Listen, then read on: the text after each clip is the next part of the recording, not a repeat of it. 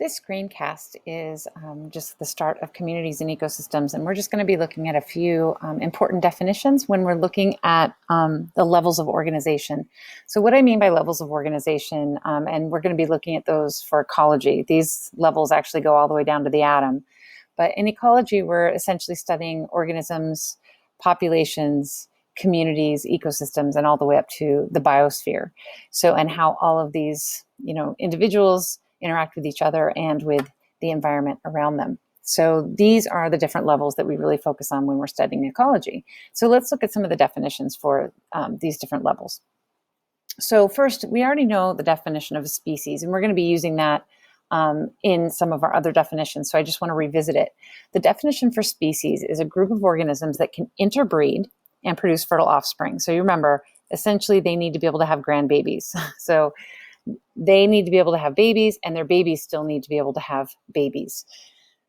Well, in levels of organization, species isn't really included. It's a little bit of a different term, but where we're going to start with is a single organism. Okay, so a single organism is just, an organism is a single individual of whichever species that we're talking about. In this case, we've got some nice pictures of the emperor penguin.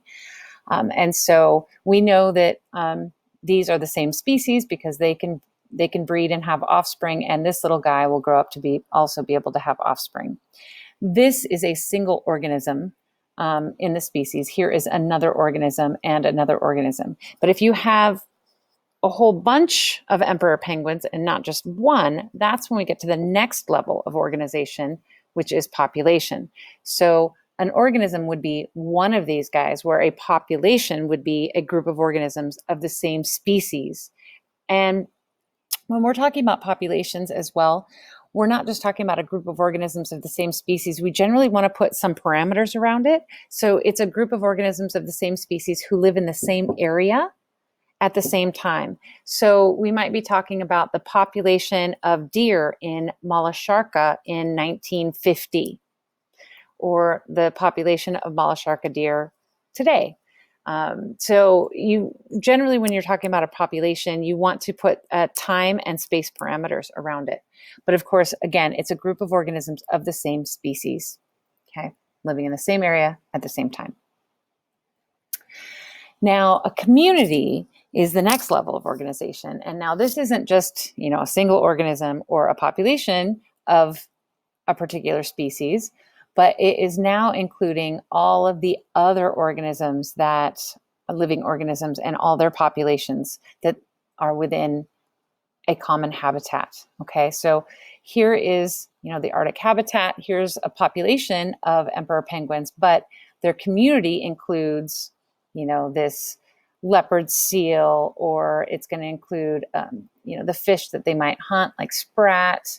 It might include the different birds and gulls that live there, all the way down to, phytoplankton, bacteria. So any of the populations of living organisms that are living within that same habitat are considered part of the community.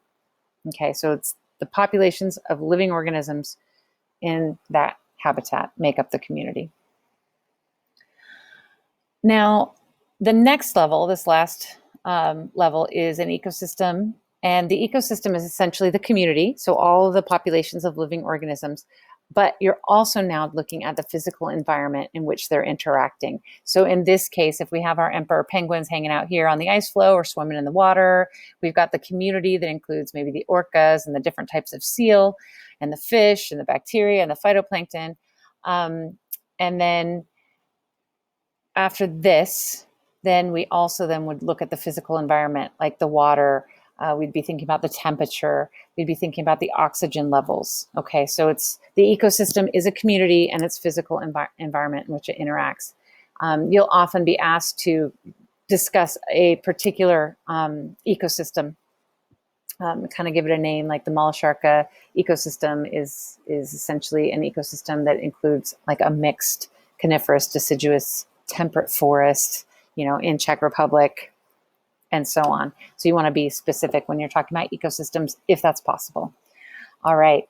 And the last level that we didn't actually really look at here was the biosphere. And the biosphere is essentially the layer of Earth that contains organisms as deep as you can go in the ocean to as high as you can go in the sky where birds are soaring.